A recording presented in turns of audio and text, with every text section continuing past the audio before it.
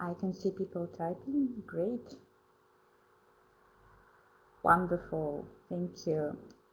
So I'm Knowledge and Communications Manager for the Child Hub, and I'm based in Budapest, Hungary. And me and my colleague Judith are here today to help you with any technical questions you might have, and also to facilitate this webinar. So before I give the floor to our presenters, let me just very quickly guide you through the platform in case it's the first time you are using Adobe Connect. So on your screen, you should be able now to see the basic features and rules of this webinar platform. So on your right, you should be able to see Q&A section. Please use it to ask the presenters any questions you want. You won't be able to see questions from other participants, unfortunately. So if the window is blank, it doesn't mean that nobody is asking. You just can't see the questions, unfortunately. So please feel free to ask your questions there, and then we will summarize them or read them out, and we'll see what we do. Also below, you can see the chat window. Please use it for any technical issues, if you have problems with the sound or anything like this, or if you have any message to me or Judith. Your microphones will be muted, so please do all communications in writing. We will have a couple of polls on the screen, so please pay attention to them. Make sure your speaker icon is green, then you can hear us. The speaker icon is on the top.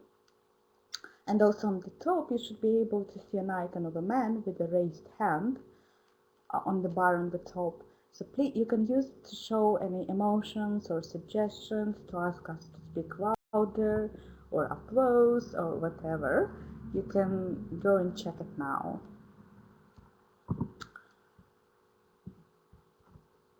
That's all. These are the basic issues. I will put on the presentation for Ian and Irene in a second, and we'll give them the floor and they will present themselves and proceed with the presentation.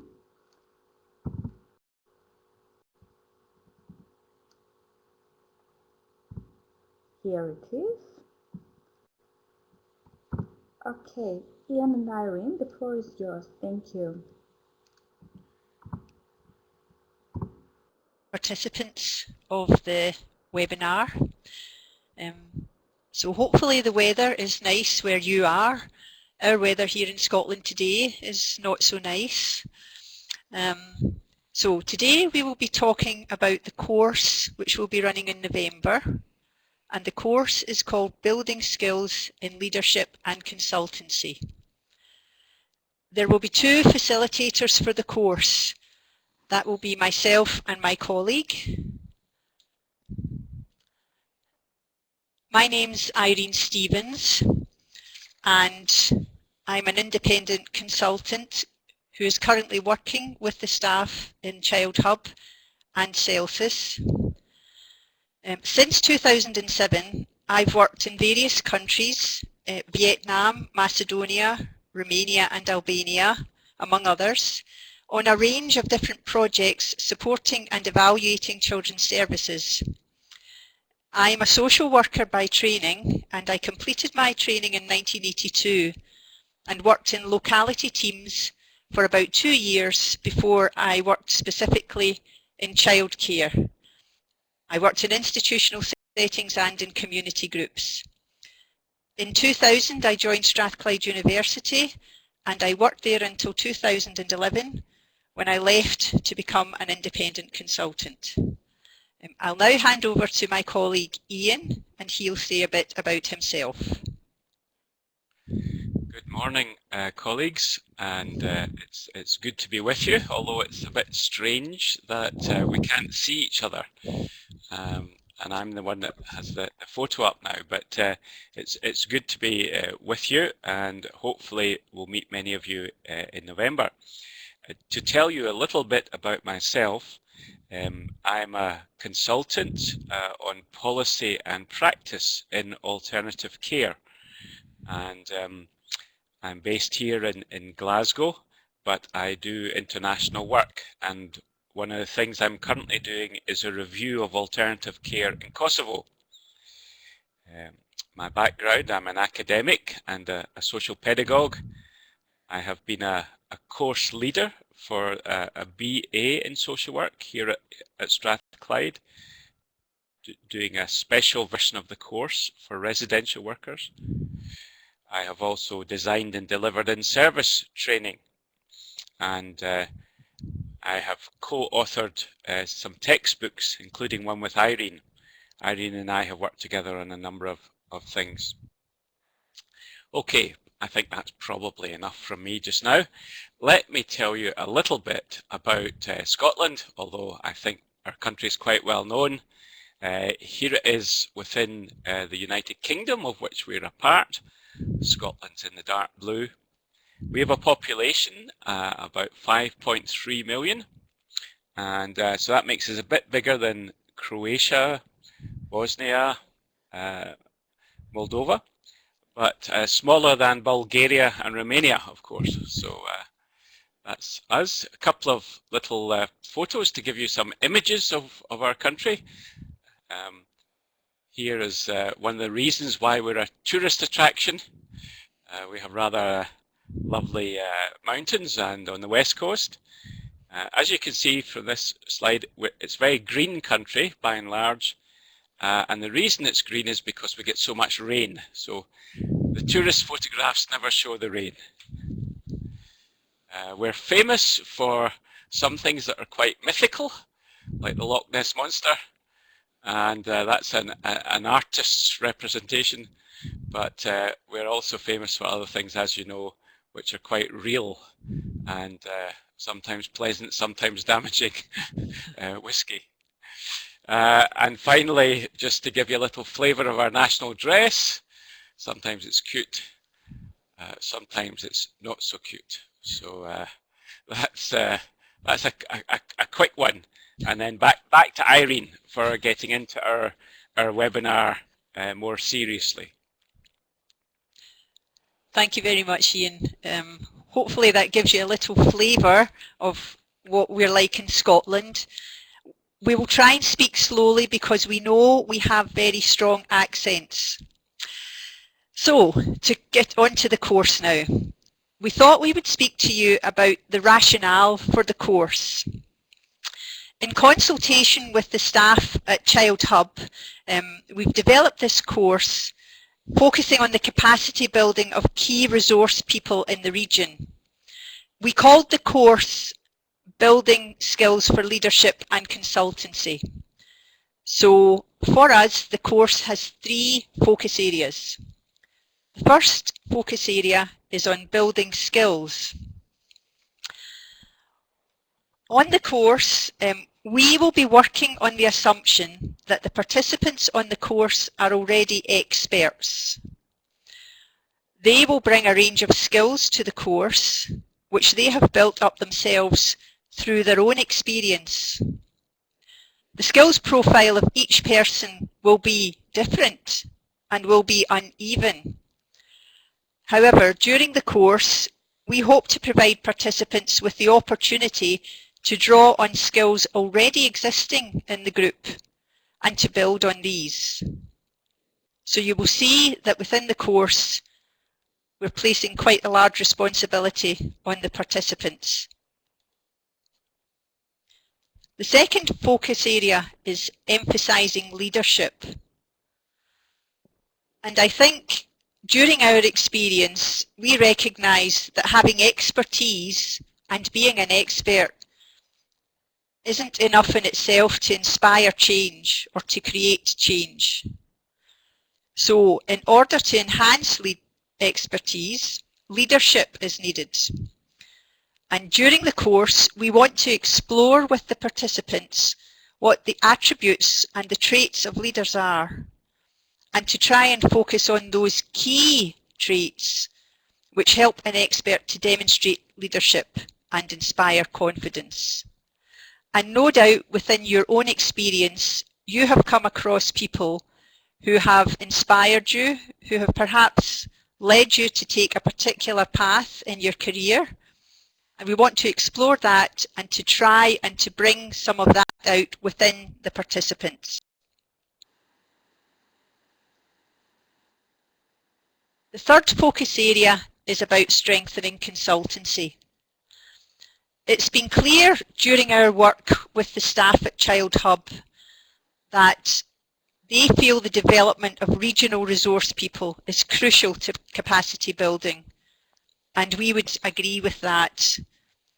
In our experience of working in the region, we know that each of the different parts of the region have an incredible amount of talent and expertise to draw upon. And I've always been impressed when I've been working with colleagues in the area. These resource people have a further advantage of living and working in the region. So you will know yourselves, you have an excellent inside knowledge of the issues. And yet too often experts from out with the region are called upon to give their views. So during the course, we hope to highlight the nature of expertise and how to promote this effectively in consultancy. So in other words, what we want to try and do in the course, and what Child Hub have asked us to do, is to work with key resource people around the region to try and make sure that they will be the consultants and the leaders of the future, and that the region will be able to draw upon its own very strong, very talented resource people to be able to deliver projects within the region themselves. I'll hand over to Ian now to talk about the course objectives. Okay, let's just take these one at a time, and they will partly, you'll think it's repeating what Irene has just said, but we're going to add a little bit onto that. And Irene, I'm just cross-checking because we did say we would stop and ask for any questions for clarification maybe. We didn't confirm that this morning, but I think maybe after this slide we'll have a short break where people could ask questions. Okay, so when we deliver training, we have the overall focus areas that Irene has just been describing to you, but we also have slightly more specific course objectives. Irene and I are both teachers and trainers, as well as being people who have been practitioners in social work and social pedagogy and so on. But this is where you will see how we have structured some objectives. Irene is the course lead, and she has done most of the work, I should say. So first of all, one of the objectives is that all the participants, I hope that will be many of you, understand the nature of the expertise that you have, but how this is different from leadership and consultancy skills. So it's all important, and we want to develop some specific knowledge about that. And this is also a knowledge point, develop a greater understanding of leadership. There's a lot of chat, a lot of talk about leadership in different kinds of training. And of course, our focus will be in the area of childcare, social work, and if you like, childcare reform, to use that policy phrase, developing community social services for families and so on. So when we're using these words about expertise and leadership, we are also thinking about it in the context, which I think all of us are working in, which is about trying to improve family support to vulnerable families, to marginal groups. So just to make that point. The next specific objective is, again, what we've already talked about. What do we mean by consultancy? Breaking that down into particular skills that we believe can be learned and developed in all of us. Of course, these are big topics, but you will understand, I hope as I do, that all of us can keep learning throughout life, actually. And so this is part of an adult learning situation, and we're all hoping to develop, all of us who take part, including the trainers ourselves. Moving on to something we haven't mentioned so much, but we want to look at really trying to refine and develop training and evaluation skills. So that's about taking responsibility for developing training courses, whether on your own or with other people, and also understanding the importance of evaluation. How to carry out basic evaluations is a pretty crucial part of consultancy. Now, the skills we need around consultancy, we're going to try and tackle quite a wide range of skills. Some of them are perhaps obvious: chairing meetings, presenting skills. These are things that many of you will have done, I'm sure, but there are also some other specifics that are very crucial. The ability to summarize, mentoring and coaching is another whole area. I've already mentioned training and evaluation. And the notion of supervision we think is pretty crucial in our understanding of social work. Professional supervision, and that is something that we will look at because certainly in our country, supervision is often talked about in social services, but when you talk with staff, they often say that supervision gets cancelled or it's not very effective and so on. So supervision in social services is a very important issue, but it's also very difficult to do it consistently.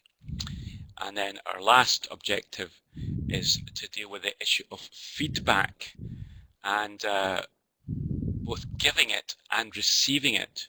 And we hope to really explore what it means to give and receive feedback, because again, this is something that everybody mentions and says they welcome feedback, but actually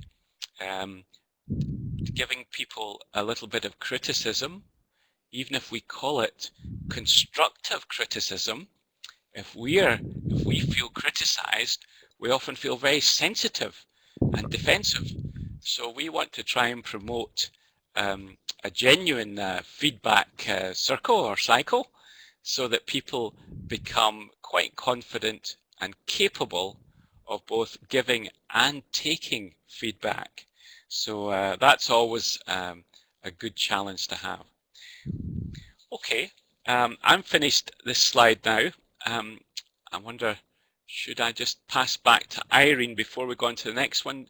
Do we want to, or Judith, do you want to say, shall we be open for a question for clarification at this point? So would there be any questions for clarification at this point? No, I think we can, this is Evgenia speaking, I think we can continue and then allocate some time to questions at the end.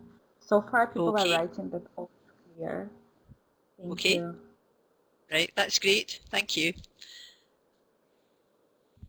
So, you probably have some questions about what you need to take part. So what are the criteria to be a participant on the course? Well, first of all, we've talked about the course having experts. So to come on the course, you should be an expert in your field. There are many fields that you can be expert in. For example, you may be a practitioner who has worked in the field. You may be involved in research. You may be involved at a policy level. It may be that you've been involved in teaching. There are a range of different roles where you may feel that you have expertise. And other examples might be training, it may be supervision, it may be management. But in order for us to run this course, and in order for us to take this group of resource people and make sure that they will be the resource people and the leaders of the future, we need to start from a particular foundation. So we are hoping that when people come on the course, that we will be able to use you as a resource during the course. Hence, we want you to be an expert. We will be exploring the nature of expertise when you come on the course, and we can talk about that a little more later. The second part of what you need to be a participant in this course is that you must commit to doing some work before and between the course delivery.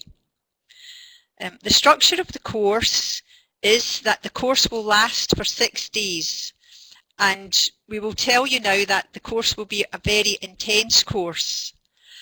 There will be a 3-day block for the first course, which starts in November. Then there will be a break of around 7 weeks before the next 3 days. The course will require you to carry out some reading and thinking before you come on the course.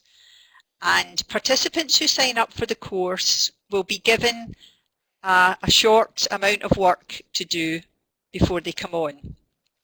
Also, you'll be required to carry out some work between these 2 blocks of 3 days. So after the first 3 days in November, we will then give you some work which you will be required to complete before you come back for the second 3 days.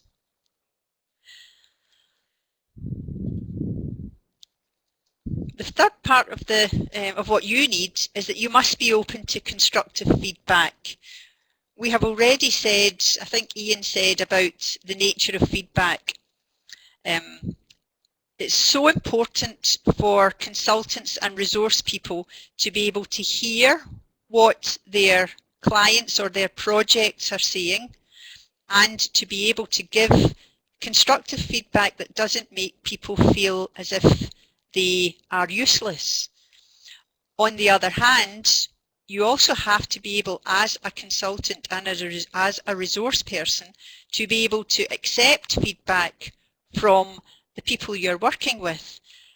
Now, in terms of expertise, in terms of your role, that may be a single person that you're working with. For example, you may be mentoring someone, you may be a manager. It may be from a group of people that you're working with, for example, a group of colleagues, or again, a group of people you're managing or working with on a piece of policy. Or it may be clients that you have gone in to work with, and you are doing a piece of work around a specific topic. You must be able to accept feedback and to change some of the things that you're doing on the basis of that. So the course will depend on examining the process and skills involved in feedback. And you yourself must be willing to receive feedback from other participants on the course and from the course facilitators, and also to give feedback, and that's honest feedback, to your fellow course members and also to Ian and myself as course facilitators. And this will be an important part of the process of the course. Finally, it would help if you had good English. There's 2 reasons for this. The first reason is that if you work as an international consultant, English is the most commonly used language. So if you are doing work with a number of regions who have a number of different languages, then it's helpful to have a common language. Also, the course will be delivered in English, and it's very participative. So we will be asking you to do some reading, we will be asking you to converse, we will be asking you to present, and hence the reason why it would help to have good English.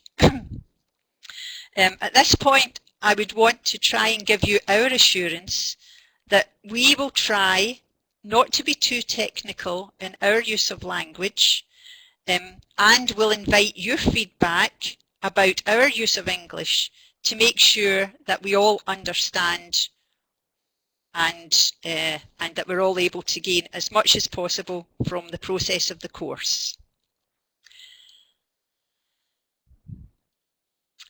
So now we will go on to complete a short task, and this is a short poll. So there will be a short questionnaire which will appear on the screen.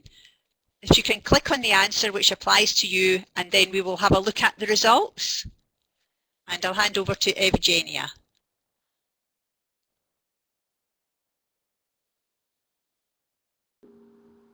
You should be able to see the questionnaire right now. Please feel free to answer.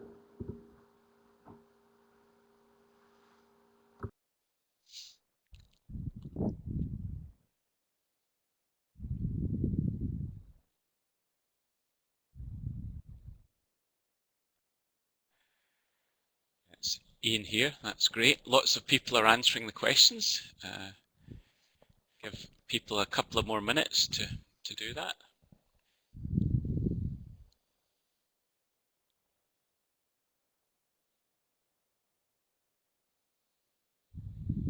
Okay, I'm seeing the results coming up, and I'm hoping that you all are as well. So it should be obvious why we have chosen this little poll, as we call it, or little questionnaire, little task. It's partly, well, it's for several reasons. Obviously, this whole project is around developing the Child Hub website as a resource, and that will build up over time. And we hope and anticipate that you folks who are taking part in this short webinar are the kind of people who will make a real effort to use the website.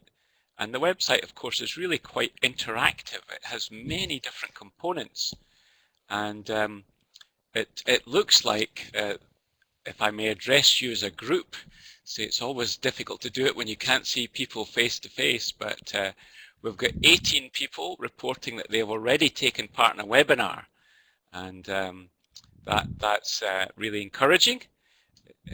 I haven't filled in the poll, but I've sat in on one of the webinars that was run earlier on the Child Hub website. That's great.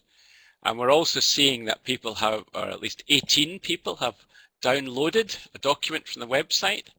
So people have gone and found things. So that's excellent. And also the other high scoring one, as we can all see, is talking about the website or publicizing it to colleagues in another region. Now, these statistics are pretty good. Obviously, it shows that we've got 32 people in this webinar currently. I think that includes the two of us presenters and the two facilitators in Budapest. So we've got 28 other people, which is just fantastic, and a really good presentation. But I hope these results will allow you to see where, if you haven't taken part in a webinar up until now, you might consider doing that again, and also using the library, because there's so many documents. It's fantastic. But what the poll also shows us all is that the number of people who actively contribute in the sense of posting comments or suggesting reports and documents is much smaller. So I think I'm not going to say much more about this poll.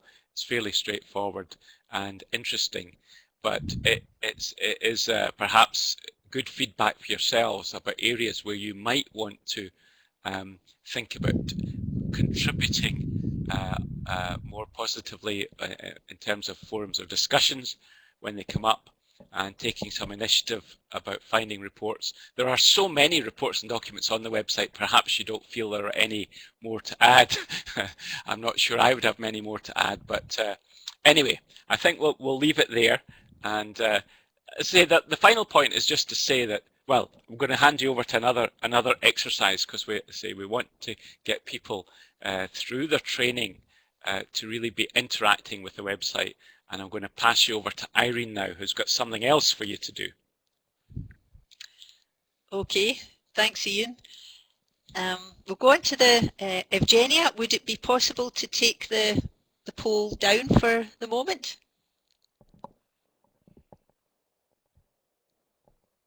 Thank you. The next task we have is a very short task. And what we would like you to do at the moment, if you can, is to access the Child Hub website and find the document which is called Leaning Out Teen Girls and Leadership Biases, and to read key finding number 1 in the executive summary. And then once you've done that, it's a very short passage. It's something like two or three very short paragraphs. But to see if it makes you think about anything in particular that you as a resource person may have to tackle when you are a consultant, a leader, a mentor. So if I can leave you for a few moments to access the Child website, the Child Hub website, and to look at that small paragraph and then join us again to talk about what you think.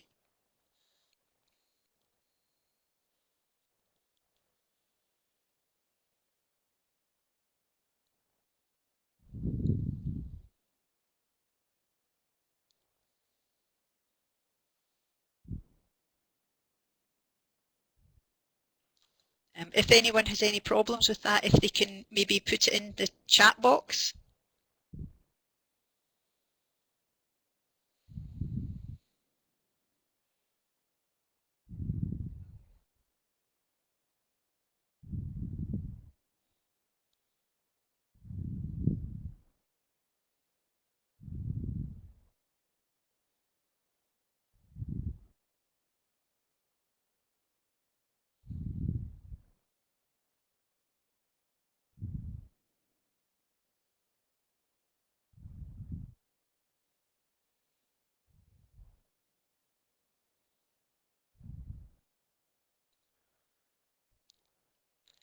Irene. Okay. Yes, I can see there's a problem. If I can just stop you there then, and what I will do is I will put the paragraph into the chat box. So if everyone can stop typing.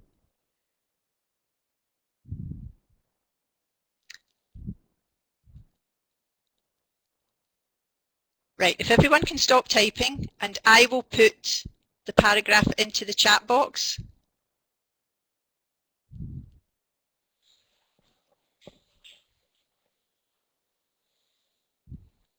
Okay, right, I'll put the paragraph into the chat box.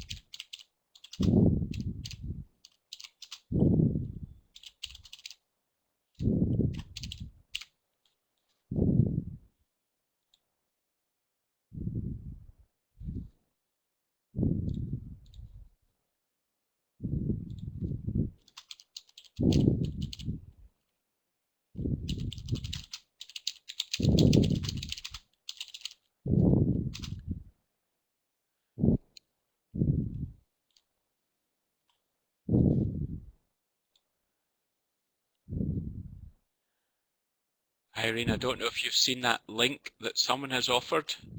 Right, It is working. okay. I don't know if it'll work for everybody, but it is a link to the Okay, report. right. So I'll leave it for the moment then. It's Juliana's link is working for at least some of us. Actually, I can see that the website, the Child Hub website, is working fine now. So you can still access it there. Okay. I think we should give people a chance to use either of the links, maybe including the Child Hub website if it's now working.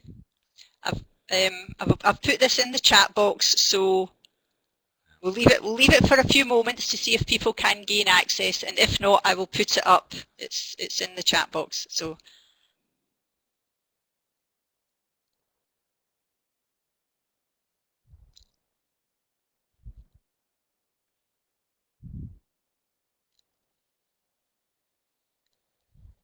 and key finding number 1 is on page 2 of the document.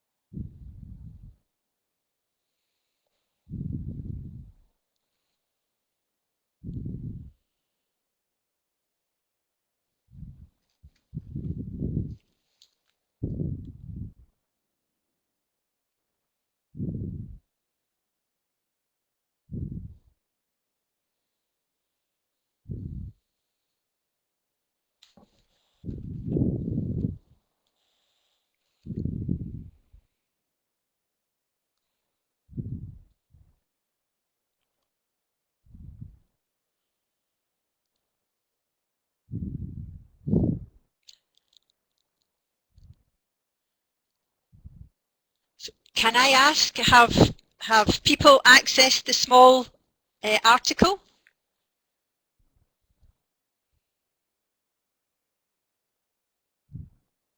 Yeah.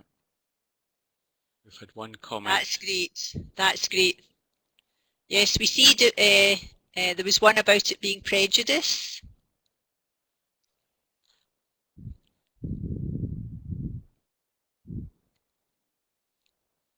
If I can ask a question, what do you think this means for you as a leader if you're working with a group of people?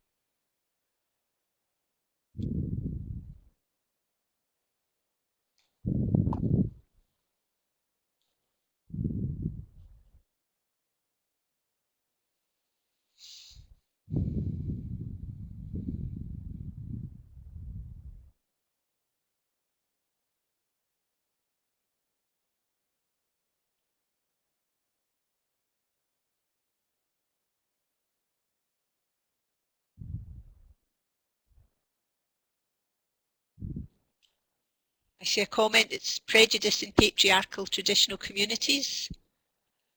It is heritage of tradition in many countries, yes. Like aroma.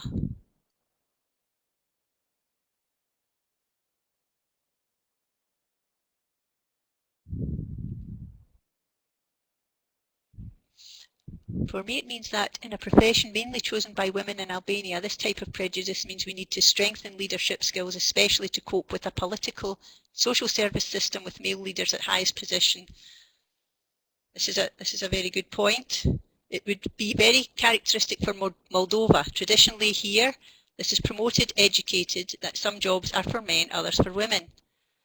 This is a big challenge if you're working with either a single woman, you're trying to mentor someone, or a group where there may be inequalities. Thank you very much for those comments. We decided that we would put in a very small task, and it's difficult when we can't see you all and we can't have a discussion going on at the time.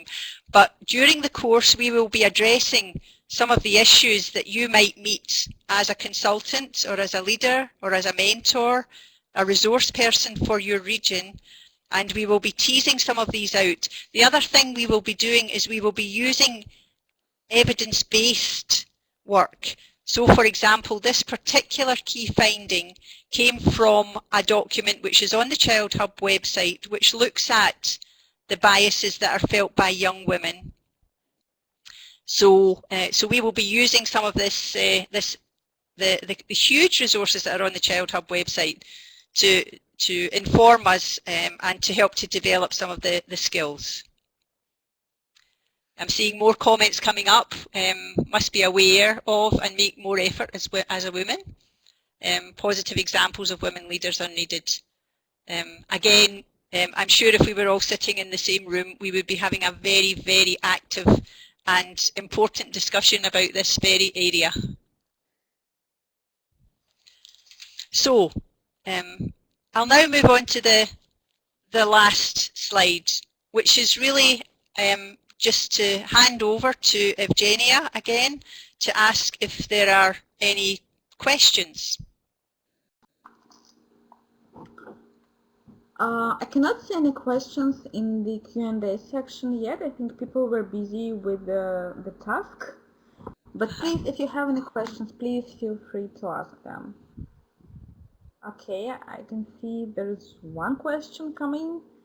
Judith, I think you can talk. Or wait. What was your impression of the answers given in the needs assessment? Is the question. I'll maybe speak first. Yes, It sure. seemed as if there are already people have a view that they already have a good range of skills, which I think is very positive.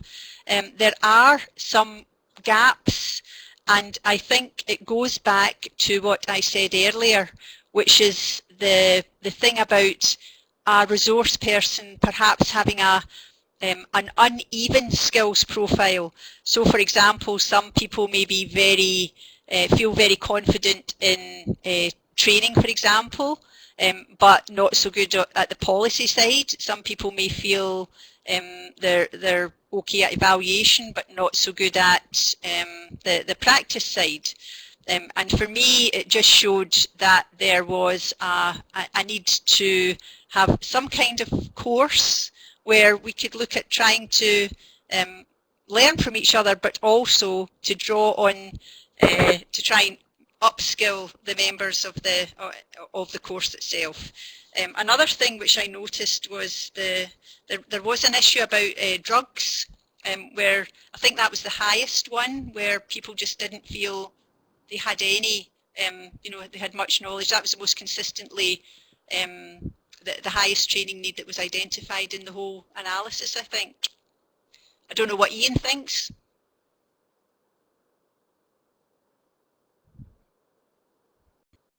Just switching on my microphone again. Yes, I don't have anything much to add to what Irene has said, but obviously we can respond to quite a number of these things in the course. That some of the topics, such as drugs, without becoming drug experts, it's often possible to become more confident about dealing with that area, even without going on a drugs training course, as it were. So there might be some topics that we don't say are main issues of training, but which we can nevertheless give some very useful orientations or useful approaches to dealing with areas where you don't necessarily have the detailed knowledge, but you've got enough to be useful to other people.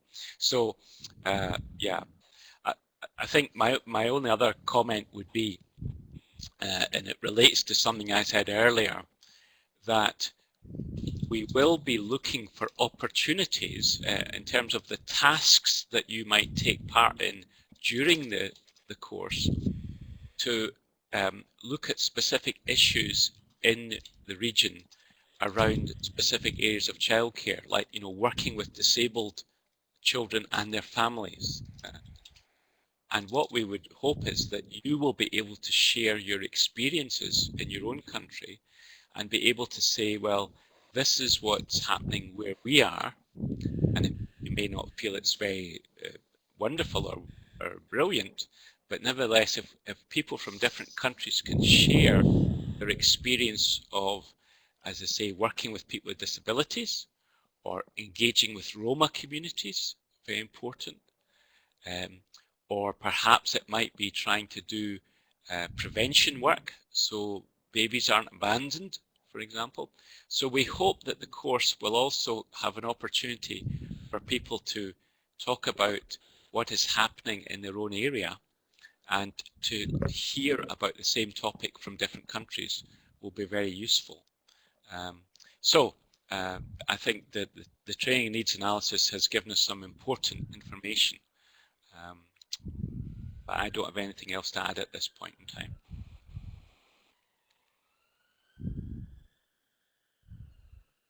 Thank you very much, Ian and Irene. We also have a question: when shall we receive a confirmation that we are approved for the November course, and I wonder if you did or Irene or Ian would like to Yes, that. it's for me. I was going to talk about a bit about generally all the conditions around the training. So if you allow me, I will talk about this. I should mention that I have a dog in the room, so if you hear barking, that. It's not that Unfortunately, Sondrine has got a bad throat. So first of all, I would thank everyone for filling out the needs assessment. As you can see, it gave Irene and Ian a very good background on your self-assessment of your needs and on your skills. So that is the basis of how they are building the training. In terms of the applications, I think with the exception of maybe Albania, we do not have more than we have places for. As you may know, we decided to have two groups of 25. So you will receive your confirmation from the associates, and please ask the associates to make your travel arrangements, meaning flights.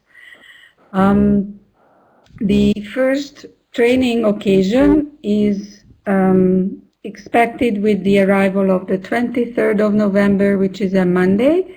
The course or the training will start on the Tuesday up to Thursday evening, and so you can depart Budapest on the 27th.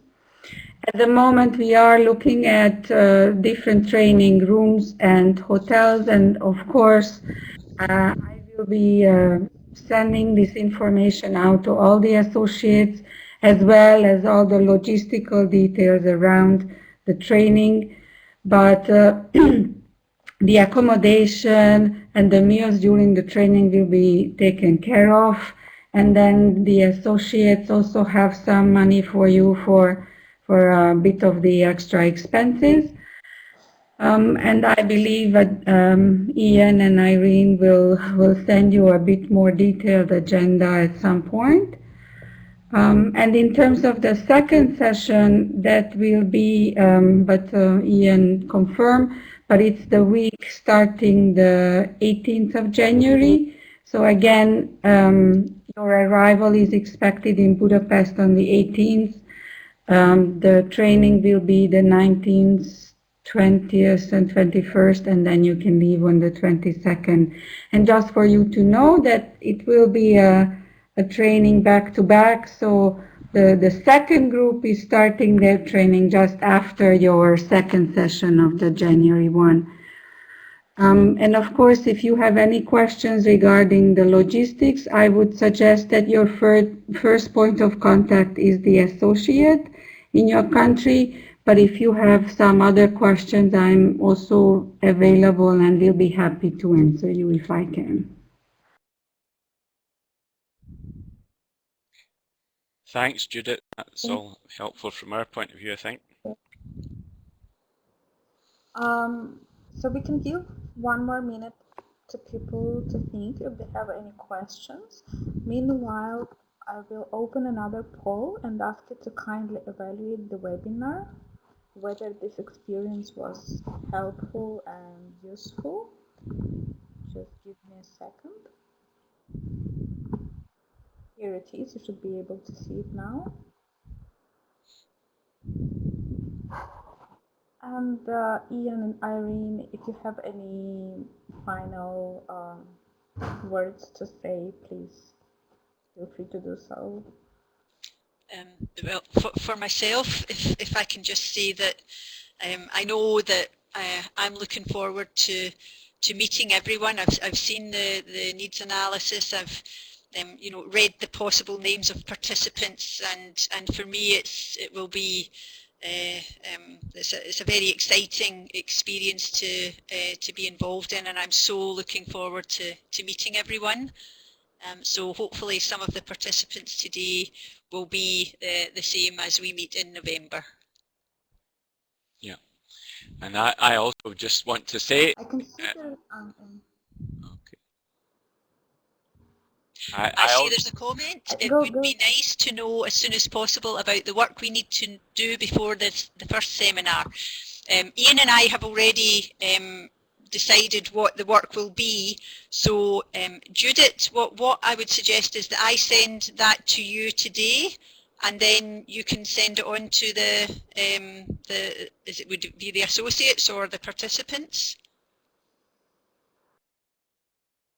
Yes, I think I will send most of the information to the associates, and I let them be in touch directly. But yes, I can send that Monday first thing, and then you will receive them. Okay, I'll send that to you today then, Judith. And then maybe one more thing, that I will open a forum on the website only on the issue, which will enable all of you to post questions, any type of question about organization or about agenda or anything else. Ian and Irene will be there, the associates, and Yevgenia and myself, and then it really gives you a chance to be in touch with us and just have your comments or questions. Thank you, Judith.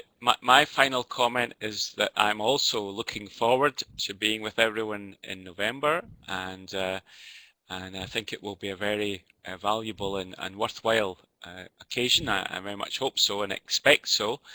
But I wanted to give a special thanks to Judith and Evgenia for crashing the Child Hub website during our seminar. Because having to deal with technical issues in the middle of a training thing is a very good skill to develop. So I don't know if it was truly planned or not. I know it wasn't, but yes, having to think on our feet.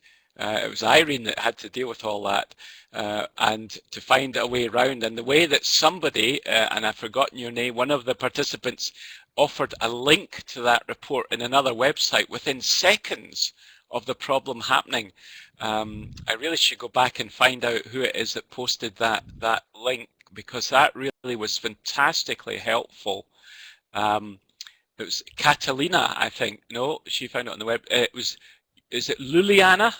Luliana found the report on another website, and that really was tremendously proactive and helpful, and illustrated that even when you're in the middle of technical difficulties, that if people are thinking on their feet, then we can solve them.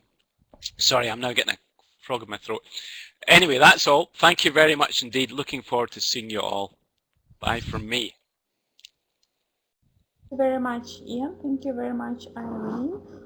We will be here in the room for 5 to 10 minutes more, so if any of the participants want to ask any questions in writing, please feel free to do so. And I'll see you all in November, I think. Thank you. Thank you. Thank you.